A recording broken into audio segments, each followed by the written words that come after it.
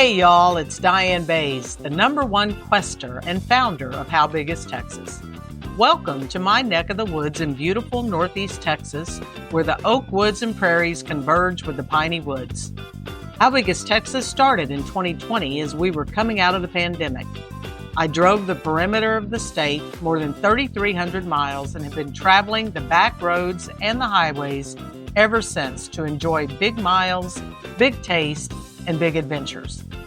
This podcast is for your enjoyment, my amusement, and to share a little something about the Lone Star State. Thanks for listening. Now let's get started on today's Texas Quest.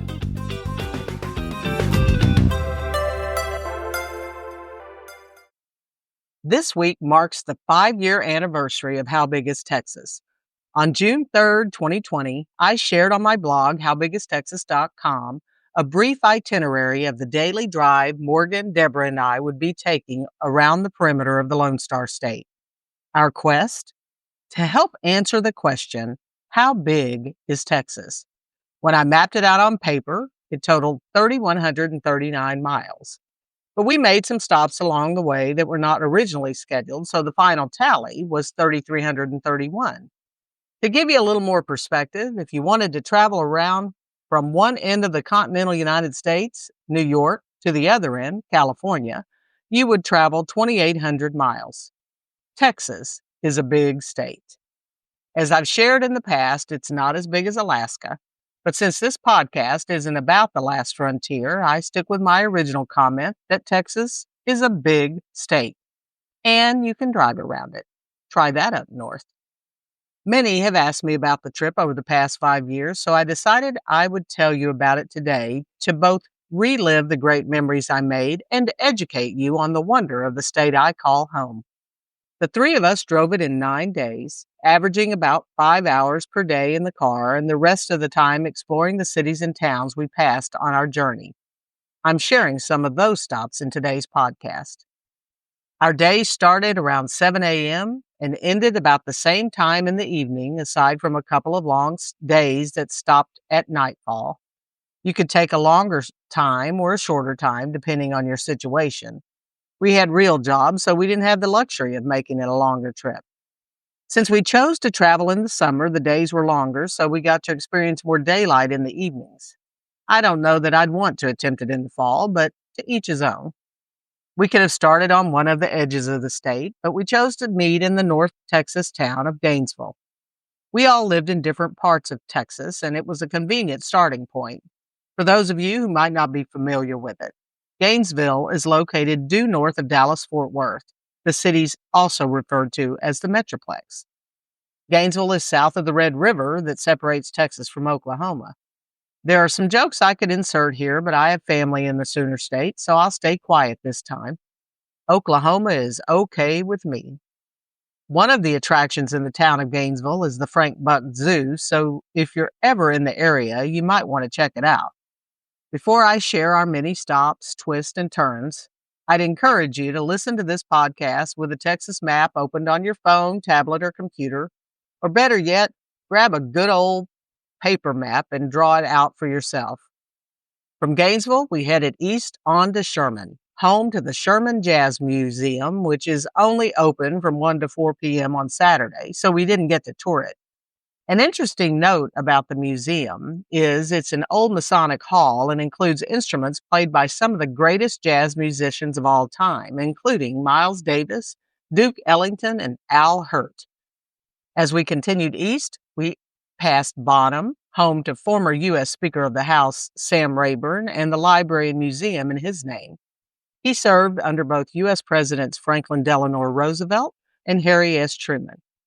From Bonham, we drove to Paris, also home to an Eiffel Tower, only this one is topped with a giant red cowboy hat. If you hang out in the town for any time, you're likely to get a bonjour, y'all greeting, as that's the way they roll in the Crepe Myrtle City. We passed through small communities to get to the northeasternmost part of the state of Texas and arrived in Texarkana. Now, the Texas city shouldn't be confused with its direct neighbor to the east, Texarkana, Arkansas. But if you want to visit two states at once, you can go to the downtown U.S. Post Office and federal courthouse and put one foot in the natural state and one foot in the Lone Star State. I'd call that a bonus for visiting. From Texarkana, we started south through Atlanta, still in Texas, to the small town of Jefferson, the bed and breakfast capital of East Texas, and one of the most haunted small towns in the state, according to many. We didn't stick around to check. We traveled south through Marshall, known for a number of distinctions in Texas. It's the pottery capital of the world, the birthplace of Boogie Woogie, and host of the largest holiday light festival in the U.S., known as the Wonderland of Lights. We overnighted in Carthage on our first day, traveling 289 miles on day one since we started right after lunch when we left Gainesville. Carthage is home to the Texas Country Music Hall of Fame, and they recently inducted the great Western swing band Asleep at the Wheel into their museum. It's also the location on which the movie Bernie was based, starring Shirley MacLaine and Jack Black, with an appearance by Texan Matthew McConaughey. I can tell you myself, having seen the movie multiple times, it is all right, all right, all right. The next day, we were southbound to the tiny towns of Tenaha, Center, San Augustine, Jasper, and Buna, until we finally made our way to Orange, located on the southeasternmost tip of Texas, near the Louisiana border. Now, you can scooch over to a couple of small farm roads to get a little closer to the state line, but this was the route we chose. If you're in Orange, check out Shangri-La Botanical Gardens and Nature Center. You might even catch a glimpse at a gator while you're there. Now, the trip from Gainesville to Orange introduced us to oak trees and tall pines, as we were mostly in what is referred to as the piney woods of Texas. When I traveled the perimeter, I lived in west central Texas in San Angelo. Since that time, my husband and I moved to the Tyler area, the rose capital of America, and we loved this part of the state. With nowhere to go south on the eastern edge of Texas, we turned the car west to Port Arthur, Cajun capital of Texas, and home to the great American singer and songwriter Janis Joplin. When we were on to Winnie and turned south again to High Island, we finally got a glimpse of the Gulf. So I don't offend my politically charged friends, I'm going to stay neutral and refer to the big body of water on the bottom edge of Texas as the Gulf. You can fill in the blank on what you might want to call it. I'm staying neutral. Feel free to judge me either way. I'm personally referred to it as just the Gulf for as many years as I can remember. No matter what you call it, there's something calming about these waters, and I sure enjoy visiting it when I can. We got our first sighting of one of the few remaining lighthouses in Texas while driving near the water, located on the Bolivar Peninsula. The Point Bolivar Lighthouse was first constructed in 1852. That one was destroyed, and its replacement was built in 1872 and still stands. Now, the road ends at the western edge of the Bolivar Peninsula, so unless you want to drive all the way back and go north almost to Houston, Texas' largest city, you're going to have to be okay with driving your car onto the Galveston Ferry and crossing the Texas City Channel. You might even get lucky and see the occasional dolphin while you're making your way across the water to Galveston Island. The playground of the South, Galveston is home to not only beaches, but also the Galveston Island Historic Pleasure Pier and the Strand Historic District, which is only a short walking distance to the cruise terminals for the ships that take you to Mexico and the Caribbean. Galveston is also the birthplace of Juneteenth, which is a federal holiday commemorating the end of slavery in the United States. We drove the coast from Galveston to Jamaica Beach, through the San Luis Pass, and on to Surfside Beach. There, we said a quick goodbye to the Gulf and once again turned north. Unlike those rectangular-shaped states, Texas has a few twists and turns of its own. We stopped for the night in Lake Jackson, the corporate headquarters of the infamous Buc-ee's convenience stores, where you stop to fuel up, use their immaculately clean bathrooms, and then walk out with Christmas gifts for your mama in them and a bag of beaver nuggets, beef jerky, and fresh brisket on the board. On day 2, we managed to drive 340 miles.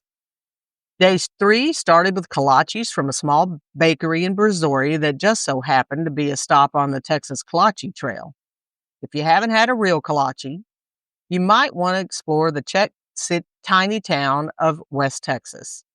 I need to warn you, if you're not from these parts, some donut shops around Texas try to pass off a pig in a blanket as a kolache, so buyer beware. From Brazoria, we traveled through Bay City and Matagorda County, an area known for birding.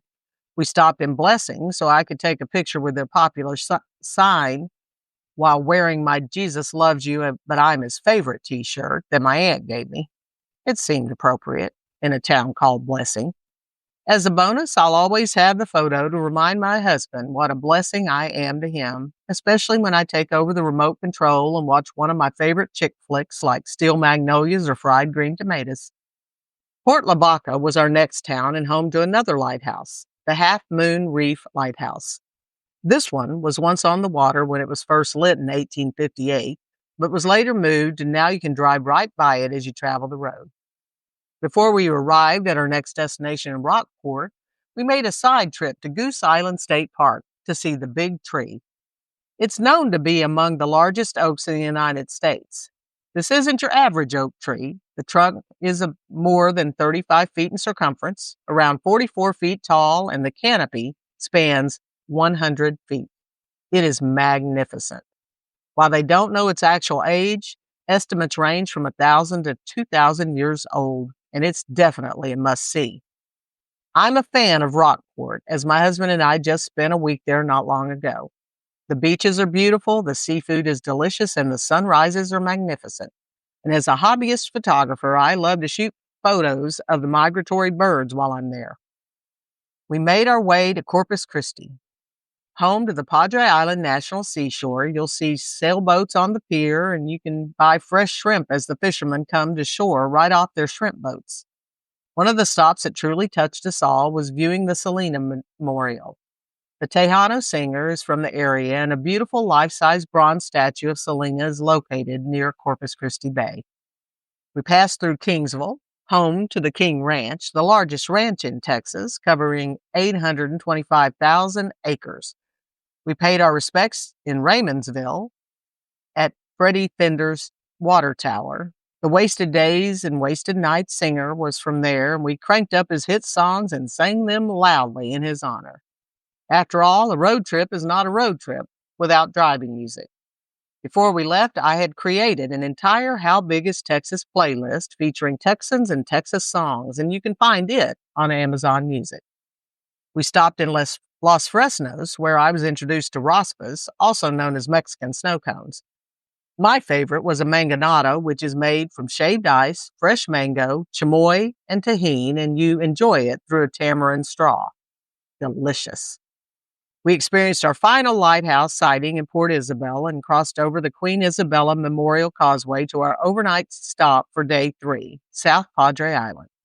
And if you're keeping up with the mileage, we drove 345 miles that day.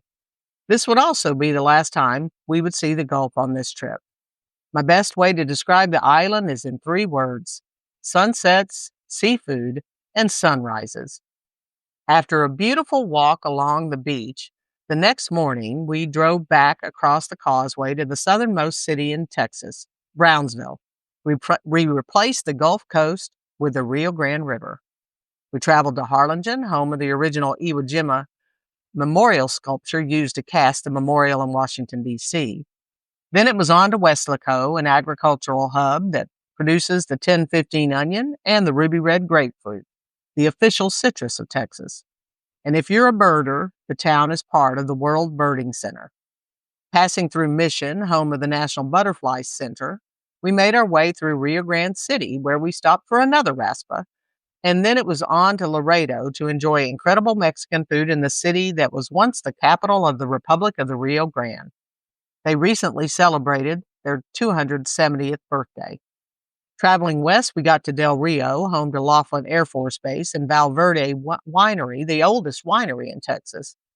We ended day 4 in Eagle Pass, home to the Kickapoo Lucky Eagle Casino, one of only 3 casinos in the state. The day ended after we drove 343 miles. On day 5, we crossed the Pecos River High Bridge, standing at 322 feet high. When it was first built in 1892, it was the tallest bridge in the U.S. We made a quick stop at the Judge Roy Bean Center in Langtree, population 12. The namesake of the center, Judge Roy Bean, called himself the only law west of the Pecos. He was a character all his own. We grabbed a burger in Sanderson, the cactus capital of Texas. It was a reminder that we had left the palm trees of the coast the day before and entered the Chihuahuan Desert and cactus country in West Texas. We got to Marathon, population just over 400 people and known as the gateway to Big Bend. It's also one of the towns in Brewster County, the largest county in Texas, which is nearly 6,200 square miles. Big Bend National Park is the largest national park in Texas and covers a little over 800,000 acres of desert beauty. Stargazing is at its best in this dark sky country of the world. Terlingua is a neighbor to the national park on the western edge.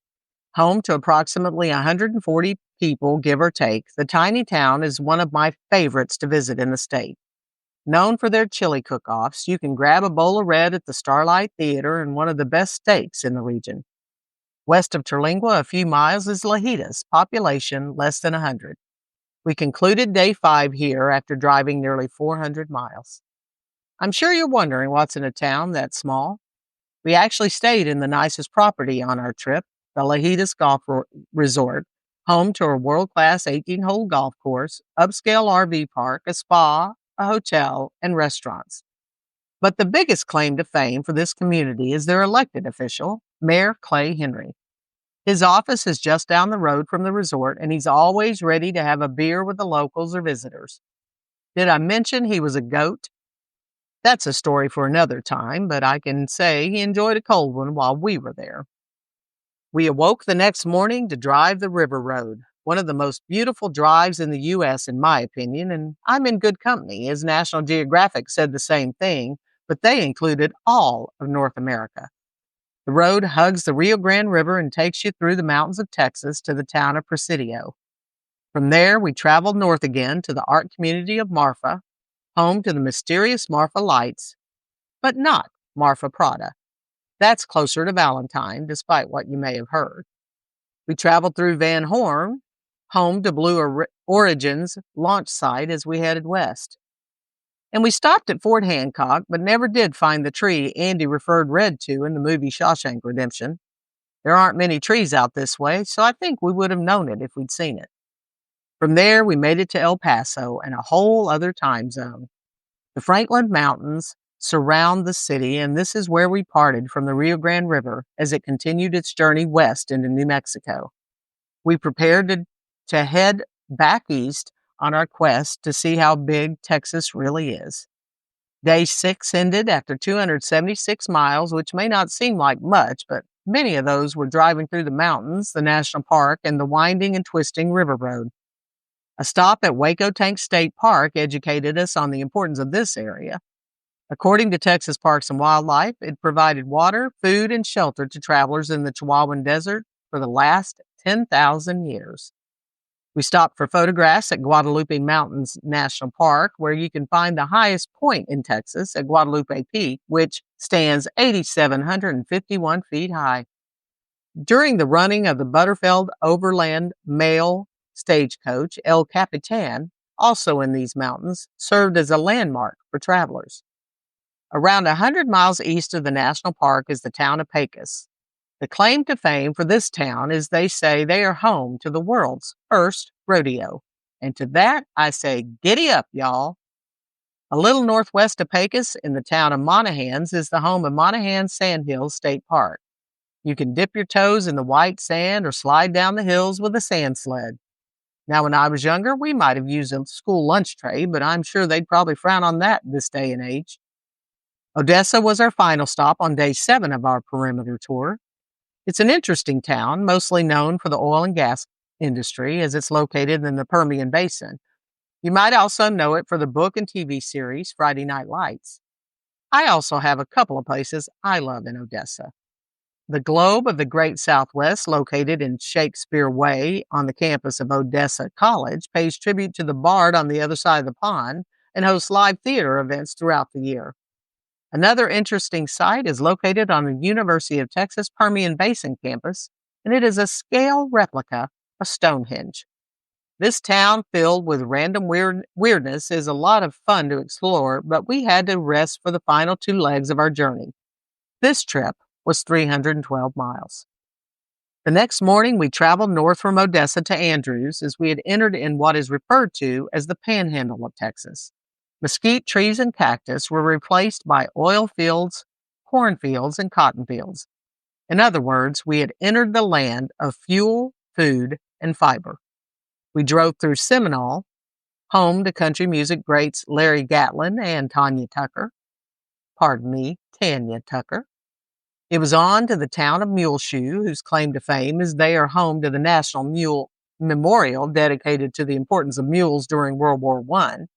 The tribute to the mule is a 22-foot tall monument in the shape of a muleshoe and is the world's tallest.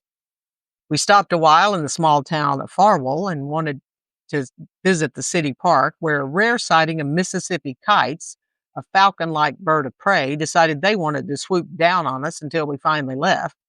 While traveling through Farwell, we actually had to leave Texas and cross over the railroad tracks into New Mexico, less than a half a mile, in order to get back on the road that took us further north up the Panhandle. We drove by the westernmost point of Old Texas Route 66 in the town of Vega.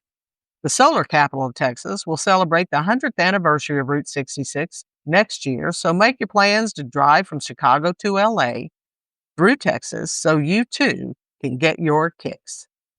Dalhart, the site of the XIT Ranch, was also known as an epicenter during the Dust Bowl, as this area of the state doesn't get a large amount of annual rainfall. For those traveling northwest from Dalhart, it's also the gateway to the Rockies. Texline is the furthest community northwest in the Texas Panhandle before you get to New Mexico. From there, we traveled back east at the top of the state until we made our way to Perryton, the wheat heart of the nation. It's also home to John R. Erickson, the creator of the Hank the Cowdog children's book series. We stopped for our final overnight here, having traveled 495 miles. Our final morning, we rearranged the snacks, the luggage, and our saddened faces since we knew we were almost finished with this epic journey. One of my favorite signs in Texas is located in the town of Booker, just east of Perryton. This town of 1,382 people is proud of their community. The entry sign states, Booker, next 9 exits. In counting them, there were literally only 9 roads that you could take in this town. Talk about wanting visitors to make sure they don't miss anything. I think it's genius. I had lived in this area of the state for around 5 years when I was in part of elementary school, junior high, and high school, so it brought back fond memories for me. Deborah and Morgan indulged me a little when I stopped in my old stomping grounds in Follett, the furthest stop northeast in the Panhandle, a few miles west of the Oklahoma border. It's known to be the gateway to the Golden Spread, as one of the few businesses in town is a distribution center for grain for the area. After a few nostalgic walks down memory lane for me, we began the journey south in the Panhandle. We drove through Canadian, the oasis of the high plains, and stopped briefly in Wheeler when we saw a statue of an astronaut outside a small museum. It turned out that astronaut Alan Bean was born in Wheeler and is known as a member of Apollo 12. He was the 4th person to walk on the moon. Not bad for a guy who came from a town with less than 1,500 people. We traveled to Shamrock, the easternmost town along Old Route 66, and then made it to Childress, the gateway to the Panhandle. Eastbound again for the final leg of our trip, we drove by Quanah, named for the great Comanche chief Quanah Parker. We had to stop in Wichita Falls, known for their cycling event, the Hotter Than Hell 100, a 4-day event held in August, the hottest month of the year. Since we were a few months away from the race, we didn't see any cyclists, but we did see the world's littlest skyscraper, a 4-story building with a storied and historical past. And it's also hysterical.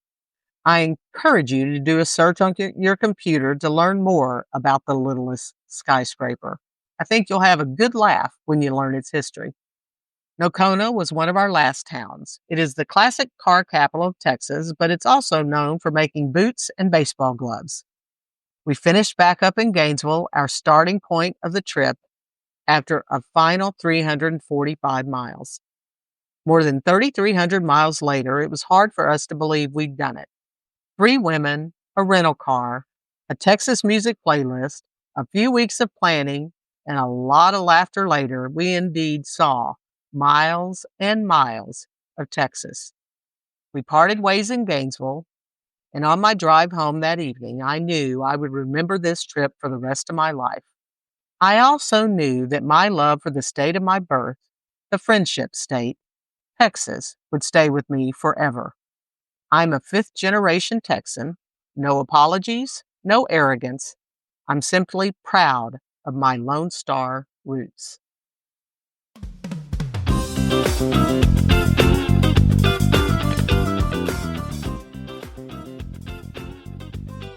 Well, that's all she wrote for this episode. I sure hope you enjoyed it.